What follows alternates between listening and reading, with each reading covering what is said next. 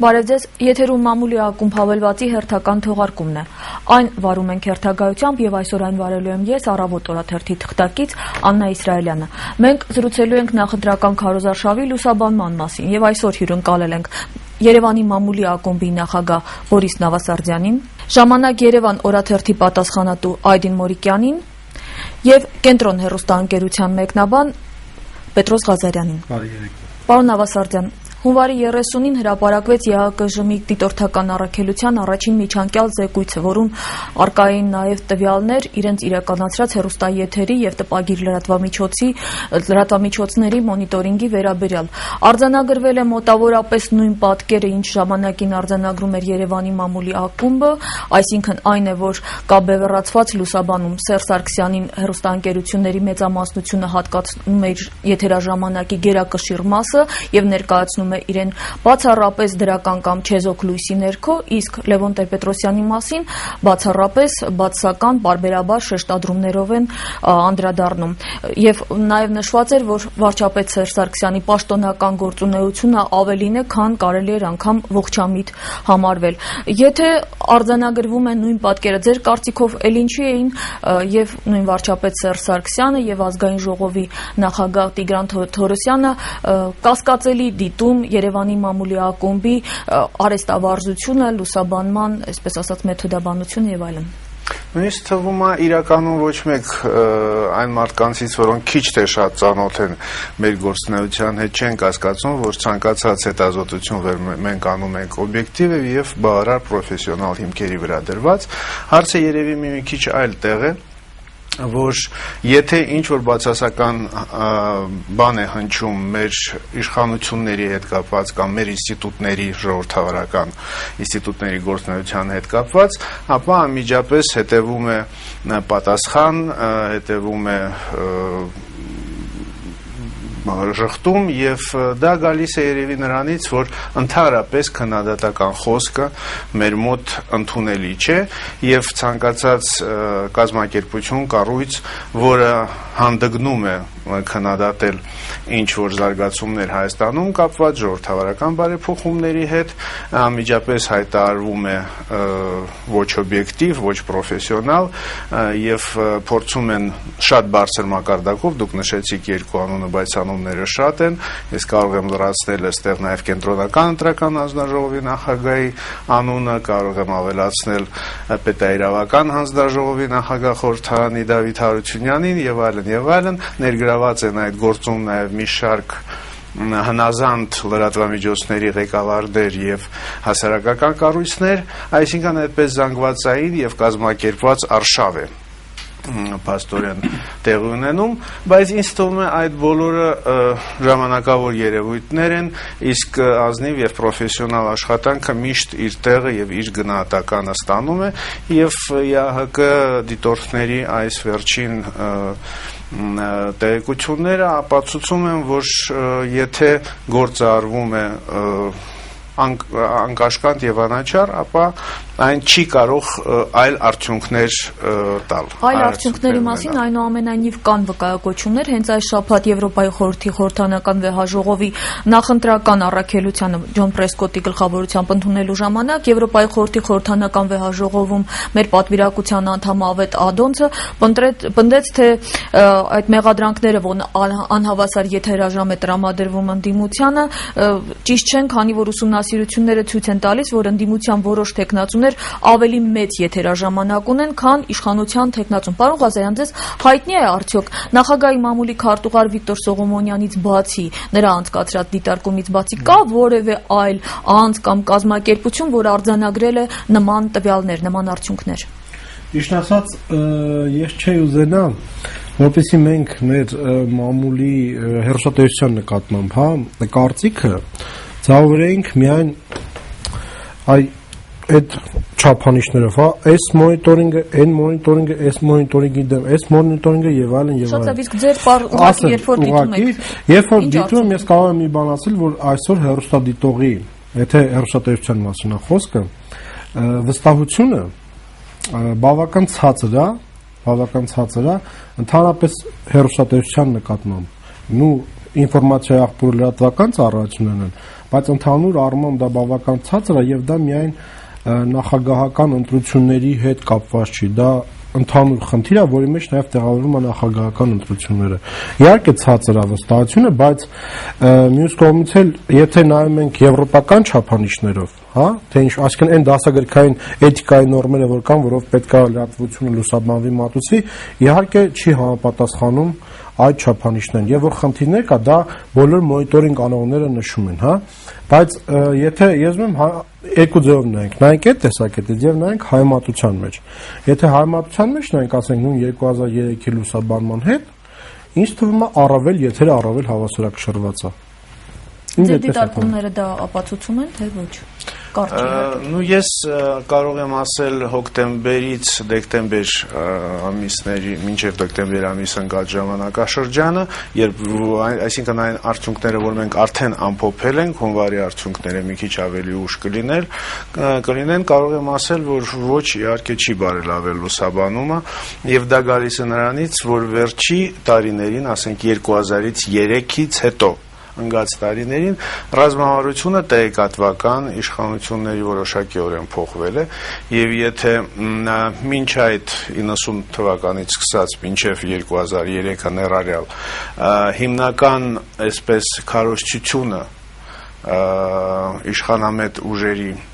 սկսվում էր ընտրություններից մի քանի շաբաթ առաջ, ապա վերջին ընտրությունների ընթացքում մենք մեր դիտարկումները ցույց են տալիս, որ քարոզչության ակտիվությունը սկսվում է մի քանի ամիս առաջ։ Քանի որ sense սխալ կնի էլի, որպես ես ողջ լրատվական դաշտի փոխարեն խոսամ, ես կասեմ իմ հաղորդման օրինակով, հա, մենք բոլոր տեխնոլոգիաներին ներկայացնել, որ հենց հատկապես կենտրոն հեռուստաընկերությունը ԵԱՀԿ-ին ունի շատ հաղորդումներ։ Ամենավատ գնահատական Ես կարող եմ ամենավատը չի, ես կարող եմ իմ հաղորդման առումով ասել, որ բոլոր տեխնոլոգիաներին մենք կարող է 3-4 րոպե կամ 10 րոպե կոմենտում, բայց իմ հաղորդման ընթացքում բոլոր այնև իշխող տեխնոլոգիային, իշխող կուսակցության հատկացնում ենք հավասարաչափ եթերաժամ։ Պարոն Մորիկյան, անցած շաբաթ դուք հրապարակել եք մի խմբագրական, որի այսպես ասած միտք բանին հետևյալներ, թե անհավասարակշիռ երկրում հավասարակշիռ տեղեկատվություն չի կարող լինել։ Սա ըստ այդմ արդարացնում է, ըստ այդմ արդարացված է, հա, այնինչ կատարվում է հիմա հեռուստաեթերում եւ այնինչ կատարվում է ուղղակի քարոզչամիջոցի վերածված առանձին լրատվամիջոցներում։ Ես չէ, դա չի արդարացնում բնականաբար։ Պարզապես այդ խմբագրականը կարելի ասել են նախորդ խմբագրականի տրամաբանական, այսպես ասած, շարունակությունն է, որտեղ ես ասել էի, որ երբ որ տեղեկատվամիջոց չկա, սև ֆրակի, սպիտակ ձեռնոցների ու բանի ըստ ճաշակի բանի տիտեռնիկի մասին բոլորս գաղափար ունենք, էլ, բայց երբ որ այդ քո դեմ կամ քո շուրջ կատարվողը խիստ միակողմանի է, դու քեզ համար դժվար է այդքան տենց սև ֆրակով սպիտակ ձեռնոցներով լինել, էլ։ Դա դրան է վերաբերում ավելի շատ այն բանին, որ ենթադրենք մեզանից այդքան հավասարակշռված լրատվություն, տեղեկատվություն մի ակնկալեք, որովհետև մենք լինելով շատ ավելի փոքր տպաքանակ ունեցող, ենթադրենք, շատ ավելի փոքր լսարան ունեցող, քան թե հեռուստաընկերությունները, այս կամ այն կերպ աշխատում ջանում ենք ինչ որտեղ կոմպենսացնել այն նրանց կողմից տարվող իշխանական քարոզչությունը։ Այսինքն պիտի հեռուստադիտող ընթերցողը մեկնայի հայլուրը կամ այլ ծրագրեր, հետո թերթ կարդա ու դրանից փորձի միջինը դուրս բերել, թե ինչ է կատարվել իրականում։ Չէ, մեր խնդիրը, իմ խմբագրականի խնդիրը այդ չէ։ Ուղղակի այն ինչ որ բաներ կան ընդհանրապես լրատվական դաշտում տեղեկատվամիջոցի, քարոզչամիջոցի տարբերության եւ հենց բանի դրանց տվյալ պահին անհրաժեշտության մասին հենց դրան է վերաբերվում։ Իսկ այն ինչ որ կատարվում է հեռուստաընկերություններին, դուք ինքներդ ասեցիք, ես էլ չասեմ։ Պարոն Նավասարդյան, ինչպես եք վերաբերվում դուք այս կարգի փաստարկներին, թե նրանք, ովքեր այժմ խոսում են տեղեկատվության հավասարակշռության մասին կամ պարզապես երես պաշտեն եւ անհեթեթ CTV թանկների ու անպարկեշտ ձգձգումների են տվել իրենց, ես ճիշտ եմ, չէ՞, մեջ վերում ձեր խմբագրականը, եւ կամ էլ իշխանավորների հատուկ պատվերն են կատարում անշուշտ համապատասխան վճարի դիմաց կամ գոնե ակնկալիքով, քանի որ անազատ երկրում ազատ տեղեկատվություն չի կարող լինել։ Ես այստեղ իհարկե ինչպես միշտ ավանդաբար կբաժանեի հեռարձակվող լրատվամիջոցները եւ տպագիր մամուլը եւ գտնում եմ, որ եթե հեռարձակվող լրատվամիջոցներում իրոք շատ բարդ է ազատ խոսքի համար տեղ գտնել, չնայած որոշ օրինակներ ունենք, հա։ Իսկ տպագիր մամուլի առումով իհարկե այդ նույնը չի կարելի ասել, որտեղ այստեղ բավականին բազմակարծիք է եւ ցանկացած դիրքորոշում կարող է տեղ ունենալ եւ ավելի քիչ են այստեղ նրանք, ովքեր չեն պատկանում այս կամ այն բևեռին, քան այն լրատվամիջոցները, որոնք հստակ իրենց քաղաքական դիրքորոշումները ներկայացնում եւ հայտնում են եւ ինձ թվում է որ պարոն Մորիկյանի գրած առաջնորդողը ուղղակի այդպես հռչակագիր էր թերթի, որը ես համարում եմ, որ ընդունելի երևույթ է, եթե թերթը հռչակում է իր քաղաքականությունը, իր ուղղվածությունը, աշխատում է այդպես եւ միանգամից զգուշացնում է բոլոր սպառողներին, որ մեզանից մեկ սպասեք ինչ որ միջազգային ստանդարտներին համապատասխանող կամ ժողովրդավարական երկիրներին համապատասխանող ինչ որ օրինակներ։ Ինչ որ չափով ձեզ հետ համաձայնելով ասեմ, որ բայց անկախ դրանից, անկախ այդ հռչակումից, այդ հռչակումին ես համաձայն եմ։ Հենց առաջին համարի իմ խմբագրականում է եղել դա, որ ես չեմ հրաժարվում,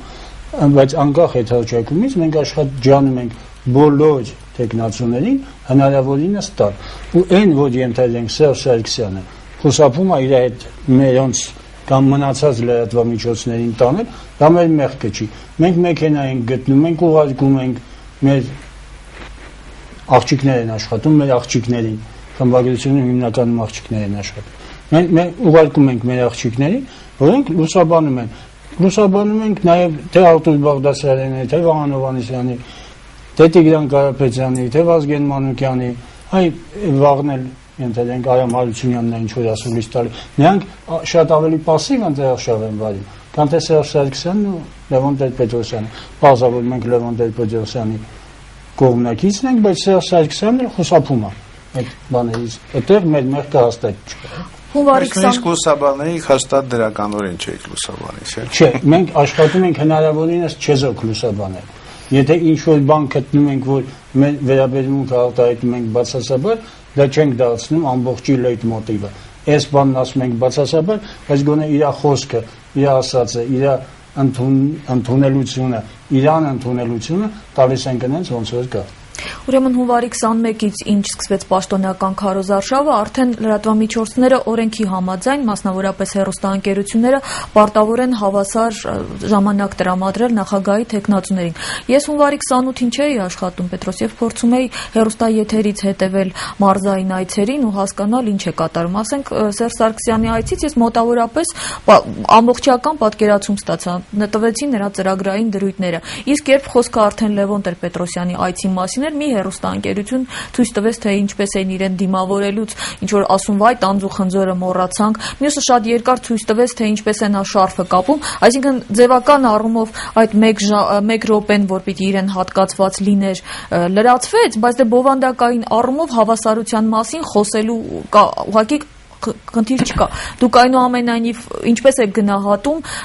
արդեն նախընտրական քարոզարշավի սկսվելուց հետո հավասարության պահպանումը եթերում։ Այսինքն մենք խոսում ենք ոչ թե ժամանակային, այլ բովանդակային, այլ բովանդակային։ Այո։ Ես օրինակ միշտ մտածում եի, որ որակը լրատվության եւ այլն գալիս է ազատությունից։ Այսինքն եթե թերթերը ազատ են, իսկ հեռուստատեսությունը համեմատաբար ավելի քիչ ազատ, քան թերթերը, թերթերին պետք է որակ ավելի բարձր լինի, որովհետև նրանք ազատ են իրենց հայացքները հայտնելու, ավելի քիչ են ճնշումների ենթարկվում օբյեկտիվ պատճառներով, հա։ Սակայն եթե այսօր նայում ես թերթերը եւ նաեւ այս հեռուստատեսությունը, ես չեմ կարող ասել, որ թերթերում մանավանդ մի քանի թերթ հանած, հա, որ այնտեղ որակը շատ ավելի լուրջ, վերլուծություն անում, շատ ավելի օբյեկտիվ է, շատ ավելի լրագրողական էթիկայի նորմերը պահպանվում են եւ ես սկսում եմ արդեն մտածել, որ ազատությունը եւ որակը իրար հետ այդքան կապ չունեն, որովհետեւ կարելի է որակյալ այդ ամեն ինչը ներկայացնել լինելով ոչ այդքան ազատ։ Սա արդեն մենք գալիս ենք լրագրողական մասնագիտական ընկալումներին, որը ոնց ասեմ, ասեն դա ստեղծագործական մոտեցումը, ինչը սուբյեկտիվ մեկնաբանությունների, ես չեմ կարծում, որ այն ինչ որ տալիս են իշխանության համար, հա, դա շատ ավելի երբեմն դուր չի գալիս իրենց, որ մատուցում են իրենց մասին, հա։ Դրա համար ստեղ մի այնպեսի դաշտ է, որ ցանկացած տեխնացու կարասի գիտեք, գուցե շատ ճիշտ, ասի իմ դուրը այս նյութը չէ տալի, որովհետև ես ավելի կարևոր բան եմ ասել, քան դուք ցույց եք տվել, որովհետև ես 45 րոպե ելույթ եմ ունեցել։ Հնարավոր է նաև քո ասածն է ճիշտ, հա, ես չգիտեմ, գոնե ժամանակային առումով, ես դա եմ ասում, որ այդ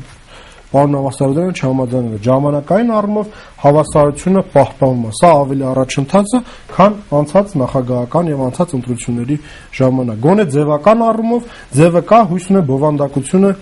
նույնպես կլինի։ Ես նաև ուզում եի ասել մոնիտորինգի առումով, որ նույն օրինակ Տեր-Պետրոսյանին նույն այդ մոնիտորինգով կենտրոն հեռուստատեսությունը բոլորից շատն էր լուսաբանել։ 66% Սերժ Սարգսյանին լուսաբանում, եթե ճիշտ եմ։ Ամենաշատը Լևոն Տեր-Պետրոսյանին լուսաբանել էինք մենք։ Նույն մոնիտորինգի հիմա այնտեղ էլ կար 50 քանի%, չեմ հիշում, մենք բացասական ենք, բայց ես շատ հաճախ հաղորդման ժամանակ, երբ որ հյուրի հետ խոսում եմ, ես ինքսից մտածում եմ, հիմա այս մոնիտորինգի անդամ եմ, հիմա այս բացասական, սա պլյուս գրվեց թե մինուս։ Որովհետև ասենք նայած ոնց էս նայում այդ ամեն ինչին, հասկանում եք։ Շատ բան հյուրը ասում է իր համար դա պլյուս է, ես ինքս ունենք հասկանում եմ, որ դա մինուս է։ Չնայած հյուրը դա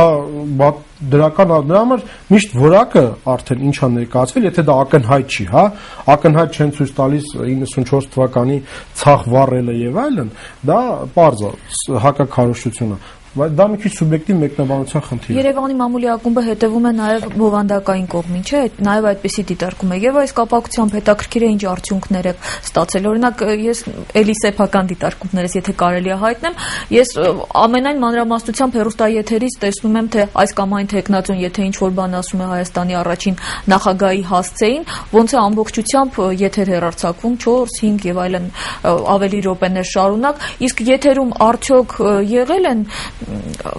գործող իշխանությունների հասցեին քննադատական դիտարկումներ, որով հանդես է գալիս ոչ միայն առաջին նախագահի թիմը, այլ նաև այլ տեխնացուներ։ Երեք Արտուր Բաղդասարյանը 40 րոպե իմ եթերում։ Ես լրատվական ծրագրերի մասին էի հիմնականում հարցս տալիս։ Շատ քիչ է, իհարկե, շատ քիչ բացասական լրատվություն է գնում գործող իշխանությունների ներկայացուցիչների հասցեին, եւ խնդիրը ինձ թվում է ոչ թե տրամադրված ժամանակի հավասարակշիռ լուսաբան մեջ է այնքան, ինչքան ես այստեղ պիտի համաձայնվեմ Պետրոսի հետ, որքան բովանդակային լուսաբանման մեջ։ Եթե վերցնենք ամենը այդպես ակող պրոբլեմը այս ընտրարշավի ընթացքում, ասենք Լևոն Տեր-Պետրոսյանի այդ բացասական լուսաբանումը, լրատվամիջոցներ կան, որ հիշատակումների 80%-ը բացասական են եւ ընդամենը 20% չեզոք եւ ընդհանրապես չկա որևէ դրական կարծիք կամ խոսք։ Միևնույն ժամանակ Լևոն Տեր-Պետրոսյանի լուսաբանման ծավալների առումով առանձնապես խնդիրներ չկան, որտեղ իրեն բավականին շատ ուշադրություն է տրամադրվում եւ նույնիսկ այն հնարավորությունները, որոնք կան հեռուստաեթերում, Լևոն Տեր-Պետրոսյանը ամբողջությամբ չի օգտագործում։ Այսինքն մենք գիտենք օրինակներ, երբ ինքը հրավիրվել է հարցազրույցի եթեր եւ որոշել է չօգտագործել այդ հնարավորությունը։ Այսինքն խնդիրը հենց բովանդակության մեջ է, հենց վերաբերմունքի մեջ է եւ հենց այն ճնշումների մեջ են, որոնք կապված են լուսաբանման բովանդակության եւ ուղղվածության հետ։ Պարոն Մորիկյան, եթե ես չեմ սխալվում, դուք նաեւ Լևոն Տեր-Պետրոսյանի քարոզչական խմբի անդամ եք, այո։ Չէ։ Չէ, այժմ ոչ։ Բովանդակային առումով այո։ Հա, չէ, բովանդակային առումով քարոզչական խմբի անդամ չէ, համակիր եմ։ Հա, լրատվամիջոցներից մեկում էր նման տեղեկատվություն, ուղղակի հետաքրքիր էր, թե դուք ինչպես կբացատրեք, որ նա իրոք չի օգտագործում հրավերները եւ այլն։ Մինչ այդ պատասխանատվությունը ստանձնել եղել է, բայց ես Պարոն Նավասարյանը նշեց, որ Լևոն Տեր-Պետրոսյանին ավելի շատ ժամանակ է հատկացվում, ու այդ նույն օրինակ է 80%-ի բացասականի խաթարել հենց ավելի շատ կարող է մյուս ընդդիմադիրների համար ավելի շատ ժամանակ հատկացվում։ Եթե մենք խնդիրները նայենք, որ գոյություն ունեն, դա ոչ այնքան հավասարակշռված լուսաբանման բացակայությունն է ծավալների առումով, որքան բովանդակության եւ նրբերանգների առումով։ Ես չեմ կարող ուղղակի այստեղ չանդրադառնալ մի պատմության, որ վերաբերում էր հենց այժմ ձեր խմբագրած թերթին, դա վերաբերում է թերթի նախկին պատասխանատու Արմինե Օհանյանի հեռացման պատմությանը, որը Արմինե Նաոյին տված հարցազրույցում նշեց, որ հեռուստատեսությունը իշխանություններին է գովերգում, ընդդիմությանը հայոյում, հաստատվում է մեզնից պահանջում են, որ մենք էլ հակառակն անենք, ընդդիմությանը գովենք, իշխանություններին հայոյենք։ Ըստ նրա, սա ամենամերժելի բանն է, որ կատարվում է լրատվական դաշտում, երբ որ պարզվում է, որ յուրաքանչյուր լրատվամիջոց ունի անքննադատելի օղակներ եւ ինչ էլ անեն, նրանց սխալները ներվում է եւ հակառակը թիրախներ, որոնց պետք է միայն քննադատել։ Սա արդյոք իրոք ձեր կարծիքով արտացոլում է այն իրական պատկերը, որ կա այժմ մեր լրատվական դաշտում։ Չեմ կարծում, որ տենց է։ Մենք նույն թերթը, եթե դուք կարող եք նայել թե Արմինեի ժամանակ, թե հիմա իմ ժամանակ, նեղ որևէ հայհոյանք իշխանությունների հասցեին չկա, ընդհանրապես ես վիրավորանքներից զերծ եմ մնում ցանկացած բանի, ու իմ անձնական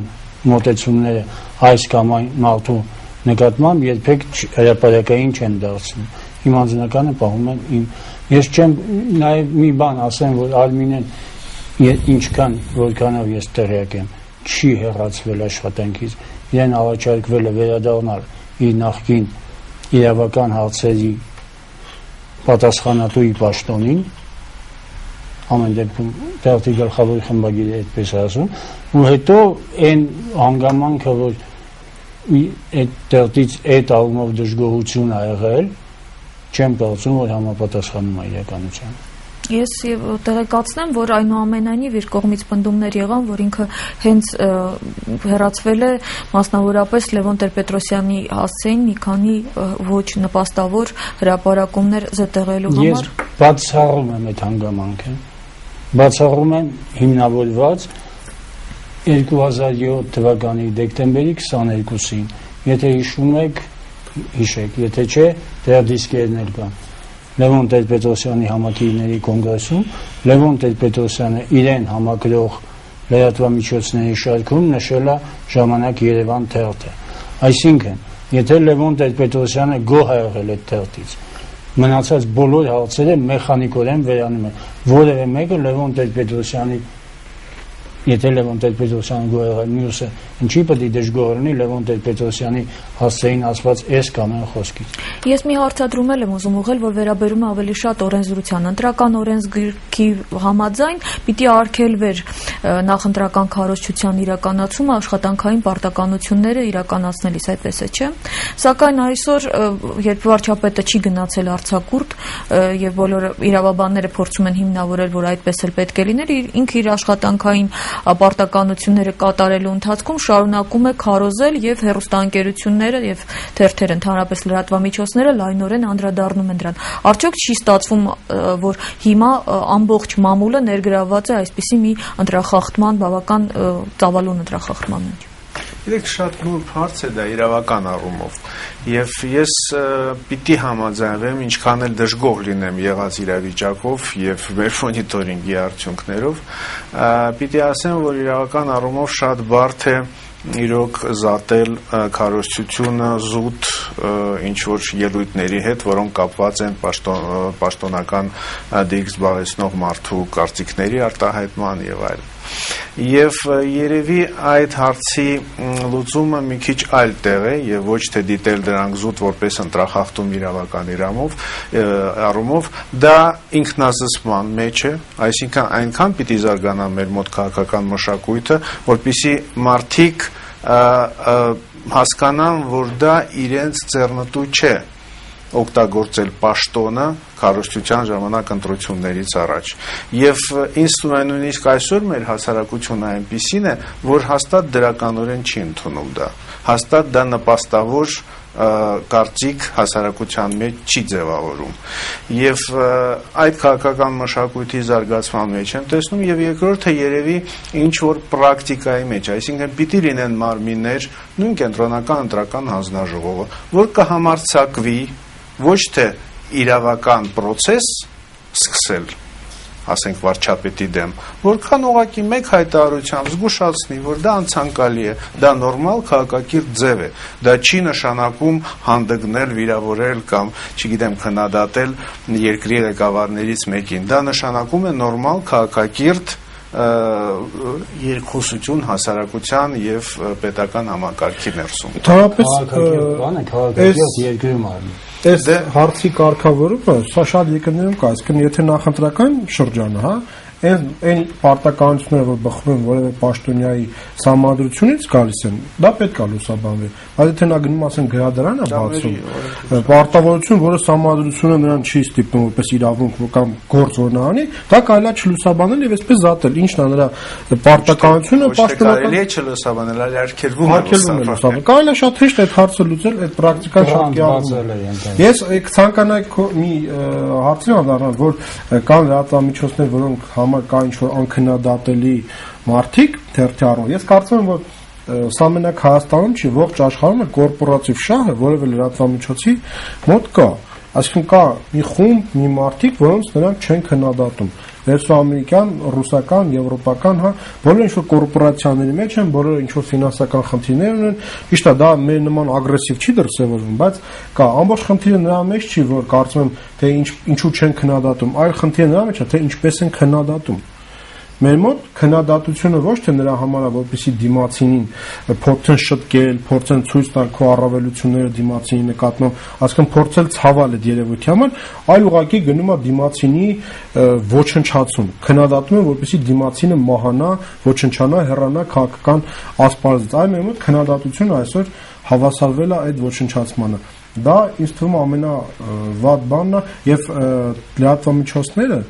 այս ընտրությունից հետո այդ բացասական վերաբերմունք իրաց նկատմամբ հասարակության կողմից դեռևս կզգանի։ Շնորհակալ եմ, հիշեցնենք, որ այսօր հյուրընկալել ենք Երևանի մամուլի ակումբի նախագահ Բորիս Նավասարդյանին, ժամանակ Երևան օրաթերթի պատասխանատու Այդին Մորիկյանին եւ Կենտրոն հեռուստաընկերության մեկնաբան Պետրոս Ղազարյանին։ Կհանդիպենք մեկ շաբաթից։